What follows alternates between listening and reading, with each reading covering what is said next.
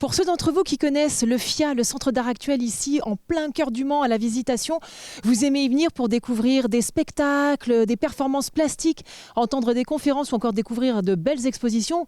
Mais savez-vous comment ça se passe avant l'accrochage, tout ce que ça représente? Eh bien, c'est ce que vous allez découvrir en partie. Allez, suivez-moi. Alors évidemment, je vous ai dit, vous allez voir un petit peu l'envers du décor, découvrir ce qui se passe avant l'accrochage. Mais avant de parler de ça, on va évidemment parler de l'exposition qui est là et qui se termine aujourd'hui. Une très belle exposition. Bonjour, ça va? Bonjour, très bien, et vous?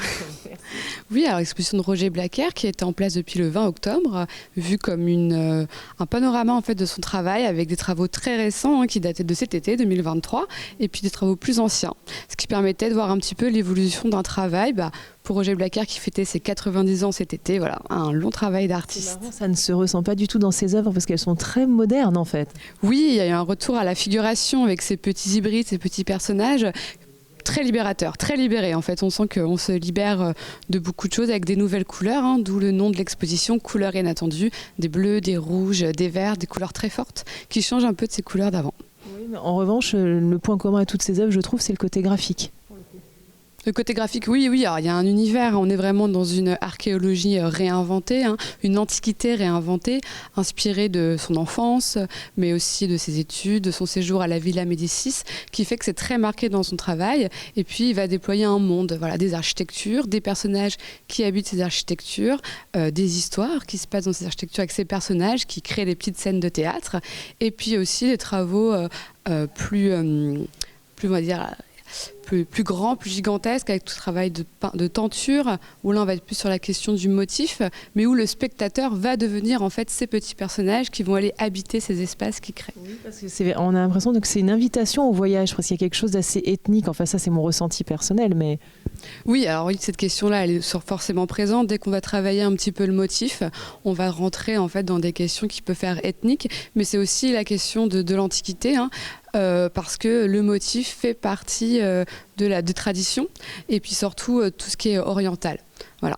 Et du coup, comme il est allé beaucoup au musée Guimet quand il était enfant, qui est le musée des arts asiatiques, ça a marqué profondément son graphisme et ça ressort en fait de différentes manières sur le motif, mais aussi sur la calligraphie qu'on peut voir dans ses dessins, mais qui est des calligraphies fausses, intraduisibles en fait, où c'est vraiment une écriture qui devient peinture et une peinture qui devient écriture. C'est ce qui est fabuleux ici au centre d'art actuel, c'est qu'on découvre toujours des artistes, on les redécouvre à des moments différents et voilà, c'est toujours des expositions très riches. C'est pour ça qu'on a hâte de découvrir la prochaine. Donc l'artiste du coup s'appelle Herman Brunvega, qui est un artiste péruvien. Il a déjà exposé en 2012 au musée de Tessé au Mans. Il est très célèbre, surtout pour les professeurs d'espagnol, car il a beaucoup travaillé avec l'Académie d'Orléans il y a quelques années et beaucoup de personnes qui ont fait espagnol ont eu des œuvres d'Herman Brunvega dans leur manuel. Voilà, une grande chance, parce qu'en fait, c'est vraiment quelque chose d'assez énorme au niveau de sa manière de peindre, une peinture figurative, très réaliste, où il va reprendre des œuvres de grands maîtres, qu'il va mélanger avec des œuvres de scènes de la vie quotidienne péruvienne, et avec toujours un message politique parfois qui est derrière. Formidable. Donc ça, c'est une exposition qui va bientôt commencer, à savoir la semaine prochaine, si j'ai bien compris. Vendredi 12 à 14h. Parfait, et donc justement on va découvrir un petit peu l'envers du décor, c'est ce que j'ai proposé aux téléspectateurs et téléspectatrices, comprendre que c'est quelque chose de colossal que d'installer une exposition, l'accrochage c'est quelque chose de dingue, et d'ailleurs il faut aller chercher les œuvres surtout. Il faut aller les chercher, il faut les porter, il faut leur rentrer dans le lieu et puis ensuite il faut choisir comment on va les installer dans l'espace.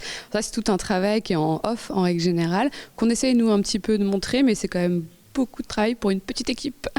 Voilà. Bon, formidable, on va découvrir tout ça, super. Donc, je vous l'ai dit que vous alliez découvrir l'envers du décor, ce que c'est que ce qui se passe avant l'accrochage d'une expo. Alors là, je viens de retrouver Lucien Humi, donc le fondateur du FIA. Ça va, Lucien? Ça va. Pour l'instant encore, avant le déchargement, ça va aller.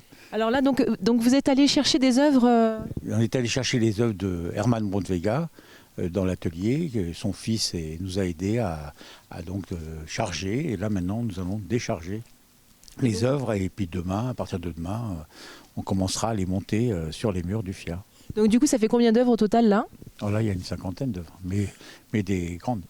Oui, ça a l'air d'être des grands formats, donc ça doit être très lourd, n'est-ce pas? Il y en a qui sont sur bois, qui sont très lourds. Il y a une sorte de comme un retable avec trois panneaux qui sont en bois et qui sont extrêmement lourds. Ce sont les grands convois là, convois qui sont là et qui sont effectivement... mais les autres sont des toiles, donc ça va. C'est pas, ça dépend quand c'est sous verre. Alors là, ça peut être très très lourd. Et du coup, c'est vous qui avez fait le choix au préalable des œuvres ou c'est l'artiste L'artiste est décédé, donc oui, enfin, son fils, je veux dire. Et il a fait le choix. Il nous a fait toute une proposition et nous, là-dedans, on a choisi un certain nombre d'œuvres. Voilà. Et donc il y en a, je sais pas, une cinquantaine. Puis il y a surtout beaucoup de. Là, par exemple, il y a un paquet. C'est un ensemble c'est une boîte dans laquelle il y a 7, je crois, lithographies sur Rembrandt. Ah. Et donc c'est une sorte de boîte. Et puis et par là, quelque part, ces mêmes lithographies sont encadrées. Donc les gens pourront les voir encadrées. Et il y en a d'autres qui sont là-bas dans le carton à dessin qui ne sont pas encadrés. Et donc comment vous faites pour... Parce que là, du coup, donc, on va transporter ces œuvres, on va les emmener donc, dans la remise, enfin comment à l'arrière de... Comme l'expo est terminée, on va trouver un endroit où on va pouvoir entreposer les choses dans le centre. On va pas... Parce que monter, descendre, ça va avec tout ça, ça fait beaucoup. Donc, et du coup, comment vous... parce que j'imagine qu'elles sont référencées, enfin il y a des noms pour pouvoir... vous voyez là, on voit que c'est des dessins. Donc sur chaque panneau, ils ont mis une petite étiquette qui indique.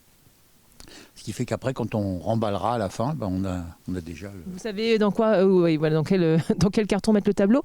Et pour le coup, comment vous allez définir l'espace ? Comment ça se passe ? Comment vous dites, tiens, je vais mettre telle œuvre à tel endroit parce que là, 50 œuvres, c'est beaucoup. Les formats, comme ça, on claque des doigts. Non, il y a des espaces avec des grands murs, etc. Donc là, par exemple, on a un triptyque qui fait 6 mètres sur 2. Et donc, on a 3 grands triptyques. Donc, c'est des grandes... C'est-à-dire en masse, en surface, si vous voulez, ça va être énorme. Donc là, il faut qu'on les disperse un peu pour pas qu'ils se mangent l'un l'autre. Et à côté, on va pouvoir faire différents choix où on va pouvoir, faire en sorte que ça s'équilibre, quoi, au niveau couleur, au niveau format, au niveau... voilà, donc en fonction de ça, on va établir un plan et puis après, ça va pas, on bouge, on change. Et donc mais là, déjà, dans un premier temps, on les pose tous par terre, au mur, pour voir ce que ça donne. Très bien. Et après, une fois qu'on est tous d'accord, on monte. Et c'est une seule et même période de l'artiste ou c'est plusieurs moments de son œuvre ? Il y a beaucoup d'œuvres qui sont... Mais c'est un artiste qui est déjà dans l'histoire de l'art. Hein. C'est quelqu'un qui fait partie de la figuration narrative et qui a toute une façon une façon particulière de peindre, puisqu'il met en avant les choses communes entre l'Europe et l'Amérique latine. Les origines donc ? Oui, puisqu'il est né au Pérou. Et donc il y a un avant-plan où il y a finalement de manière positive qu'est-ce que chacun a apporté à l'autre. Hein, la culture, les tableaux, etc. Et puis de l'autre côté, le maïs, la pomme de terre, etc. Ou une certaine, idée de la nature, des choses. Mais ce n'est pas un naïf. C'est-à-dire que l'histoire de l'Amérique latine, c'est quelque chose qui est d'abord un génocide. Hein. Donc, si vous voulez, à l'arrière-plan, le choix des tableaux, le choix de production de Picasso, par exemple, Guernica à l'arrière-plan par rapport à quelque chose, ou des Goya qui sont assez durs.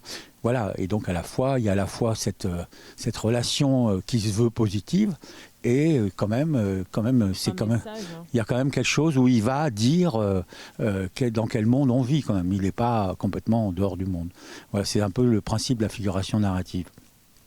Et voilà, donc Bornvega, c'est un melting pot personnel, mais c'est aussi quelqu'un qui a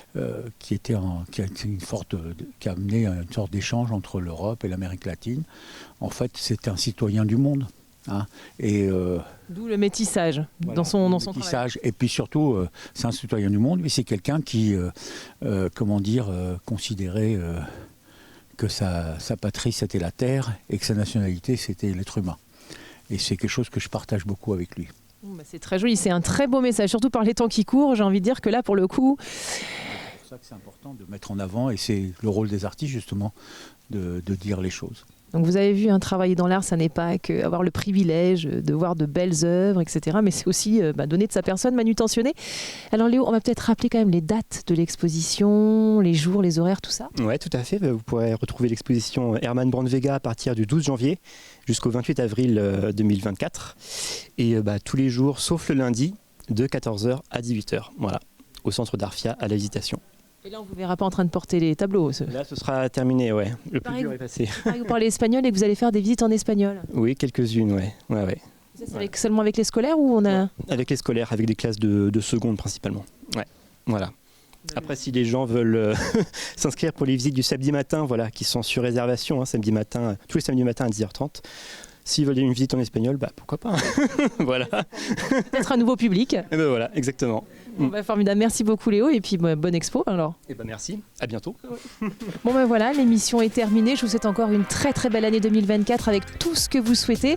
On se retrouve la semaine prochaine pour de nouvelles aventures. En attendant, prenez bien soin de vous. Je vous embrasse. Salut.